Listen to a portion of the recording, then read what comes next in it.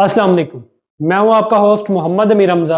इस वीडियो में बात की जाएगी गंदम की फसल में सल्फर के इस्तेमाल के बारे में कि गंदम की फसल में सल्फर इस्तेमाल करने से फायदे क्या हासिल होते हैं और गंदम की फसल में सल्फर का इस्तेमाल कब और कितना करना है। अगर ज़मीन की तैयारी में सल्फर इस्तेमाल करना है तो फिर सल्फर की कौन सी किस्म और कितनी डोज के साथ इस्तेमाल करनी है, और अगर बाद में पानी के साथ सल्फर का इस्तेमाल करना है तो फिर कौन सी किस्म का सल्फर इस्तेमाल करेंगे और उसकी कितनी डोज रखेंगे। तो वीडियो में आगे बढ़ने से पहले मैं आपसे गुजारिश करूंगा कि अगर आप इस चैनल पर नए हैं तो इस चैनल को सब्सक्राइब कर दें ताकि आपको आने वाली मजीद वीडियोस भी वक्त पर मिलती रहें। काशकर भाइयों, सबसे पहले तो बात करते हैं गंदम की फसल में सल्फर इस्तेमाल करने के फायदों के बारे में। सबसे पहला और बड़ा फायदा तो ये होता है कि जब हम सल्फर का इस्तेमाल करते हैं तो जमीन के अंदर जो मौजूद खादें होती हैं, जो हमने जमीन की तैयारी में डाली होती हैं, उनकी इफादियत में इजाफा हो जाता है। यानी कि जब हम एक खाद इस्तेमाल करते हैं, जैसा कि डीएपी जमीन की तैयारी में इस्तेमाल की, तो वो सारी की सारी खाद पौधे को मुयस्सर नहीं आती। पौधे को थोड़ा सा हिस्सा खाद का मुयस्सर आता है, बाकी खाद जमीन के साथ बॉन्ड बना लेती है। जब हम सल्फर का इस्तेमाल करते हैं तो उससे जमीन की तेजाबियत में इजाफा हो जाता है और जो खादें जमीन के साथ जुड़ी होती हैं वो भी पौधे को मिलना शुरू हो जाती हैं। यानी कि आप कह सकते हैं कि जब आप एक बोरी डीएपी के साथ सल्फर का इस्तेमाल करेंगे तो इससे आप एक बोरी से 1.5 से 2 बोरी का रिजल्ट ले सकते हैं। इसी तरह जो दूसरा फायदा हासिल होता है, ऐसी जमीनें जो कि चिकनी है, जहां पर पानी बहुत ज्यादा खड़ा रहता है, पानी जल्दी जज़ब नहीं होता, तो वहां पर जब आप सल्फर का इस्तेमाल करते हैं तो जमीन भुरभुरी हो जाती है और जमीन के अंदर जो नमकियात मौजूद होते हैं वो भी नीचे जाना शुरू हो जाते हैं और पौधे को नुकसान पहुंचाने वाले जो नमकियात हैं उससे पौधा महफूज रहता है। और इस तरह से जमीन के भुरभुरे होने की वजह से जमीन के अंदर पौधे की जड़ें भी सही तरह से नशुनमा पाती हैं।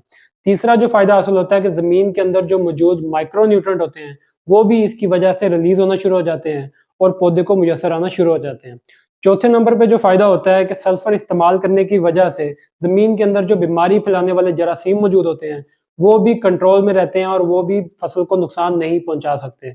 पांचवें नंबर पर सल्फर का फायदा ये होता है कि जब हम फसल को पहला पानी लगाते हैं तो उस वक्त फसल पिलपलाहट का शिकार होना शुरू हो जाती है। वो भी सल्फर की कमी की वजह से ही हो रही होती है। तो अगर जमीन के अंदर सल्फर का इस्तेमाल किया जाए या पानी के साथ सल्फर का इस्तेमाल किया जाए तो उससे ये पिलपलाहट भी खत्म हो जाती है और पौधा बड़ी तेजी से नशोन्मा पाता है। अब सवाल ये है कि सल्फर का इस्तेमाल किस तरह से और कितनी डोज के साथ करना है।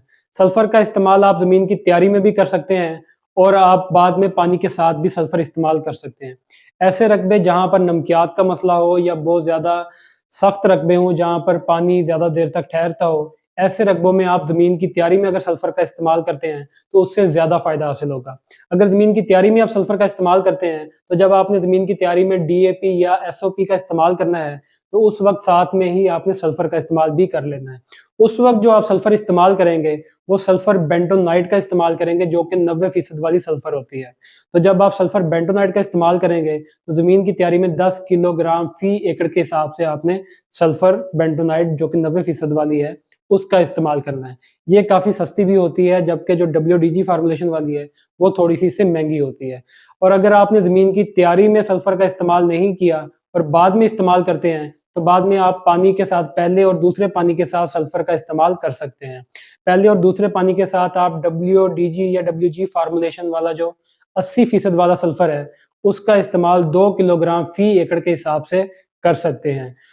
और कब आपने सल्फर का इस्तेमाल गंदम की फसल में नहीं करना और किस वजह से नहीं करना है, इसके बारे में मैं आपको अगली वीडियो में बताऊंगा। तो अगली वीडियो देखने के लिए आप इस चैनल को सब्सक्राइब कर लें ताकि आपको अगली वीडियो भी वक्त पर मिल सके।